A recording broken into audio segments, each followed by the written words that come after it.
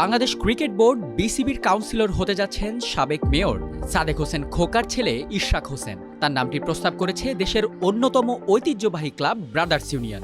এই ক্লাবের বর্তমান আহ্বায়কও ইশরাক। বর্তমানে ব্রাদার্স ইউনিয়নের কাউন্সিলর হিসেবে ক্রিকেট বোর্ডে আছেন ক্রিকেটের ম্যানেজার আমিন খান। গত ৫ জানুয়ারি এই পদ থেকে পদত্যাগ করে বিসিবিতে চিঠি দেন তিনি। এরপরই ইশরাক হোসেনকে কাউন্সিলর হিসেবে অন্তর্ভুক্তির অনুরোধ জানিয়ে বিসিবিকে চিঠি দেয় ব্রাদার্সের সাধারণ সম্পাদক সাব্বির আহমেদ।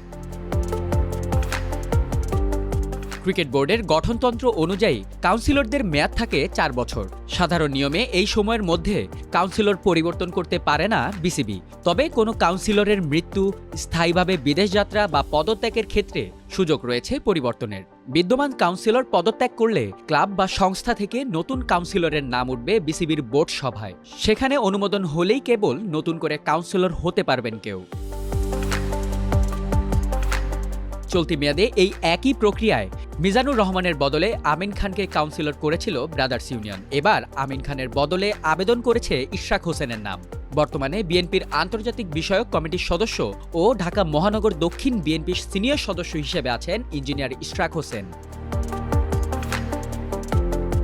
ইশরাকের বাবা ঢাকা সিটি কর্পোরেশনের প্রয়াত মেয়র সাদেক হোসেন খোকা। তিনি ব্রাদার্স ইউনিয়ন ও বাংলাদেশ ফুটবল ফেডারেশনের ডাক সাইডে কর্মকর্তা ছিলেন। বাবার পথ অনুসরণ করতেই ব্রাদার্সের হাল ধরেছেন ইশরাক। তবে তার বাবা ফুটবল সংগঠক হলেও তিনি যেতে চান ক্রিকেটে।